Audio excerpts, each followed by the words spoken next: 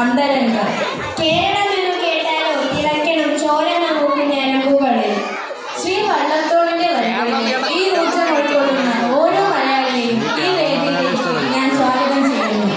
അതെ, ലോകത്തിന്റെ ഏത് കോണിലായാലും മലയാളി മറ്റുള്ളവരോട് അഭിമാനം കൊള്ളുന്ന ഒന്നാണ് മലയാള തനിമ. പഴമയിൽ നിന്നാണ് പുതിയ കാലത്തെ പുതുമകൾ രൂപപ്പെടുന്നത്. എല്ലാ പഴമകളും സംസ്കാരത്തിന്റെ അടിത്തറയാണ്. അതെ, നമ്മുടെ പൂർവികരുടെ ജൈവികമായ ജീവിത രീതിയിലും ചിന്തയിലും രൂപം കൊണ്ട ഒട്ടേറെ കലാരൂപങ്ങളും ആചാരാനുഷ്ഠാനങ്ങളും വിനോദക്കേളികളും നമുക്ക് സ്വന്തമായിട്ടുണ്ട്.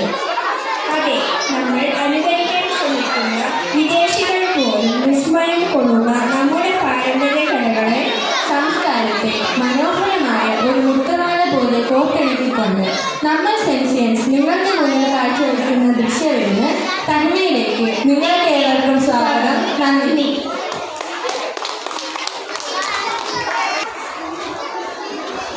നമസ്തേ. അസുരന്മാരെ മയക്കാൻ വിഷ്ണു അണിഞ്ഞ സുന്ദര സ്ത്രീരൂപമാണ് മോഹിനി.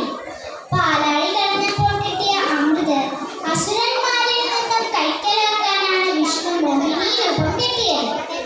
ആ ഇതിഹാസ സന്ദർഭത്തെ അനുസ്മരിക്കാനായി ക്ഷേത്ര നർത്തകിമാരാണ് ആദ്യമായി മോഹിനിയാട്ടമാടിയത്. ഈ നൃത്തരൂപത്തിന്റെ ലാവണ്യത്തിൽ ലോകം തന്നെ മയങ്ങിപ്പോയി.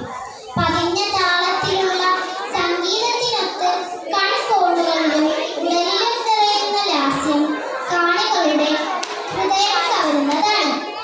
ആദ്യം അവതരിപ്പിച്ചത് ദേവദാസികളായതുകൊണ്ട് ദാസിയാട്ടം എന്നായിരുന്നു മോഹിനിയാട്ടം ആദ്യകാലത്ത് അറിയപ്പെട്ടിരുന്നത്. ലളിത വസ്ത്രധാരണവും തനത് കേരളീയ ആഭരണങ്ങളും മോഹിനിയുടെ പ്രൗഢിയേറ്റുന്നു.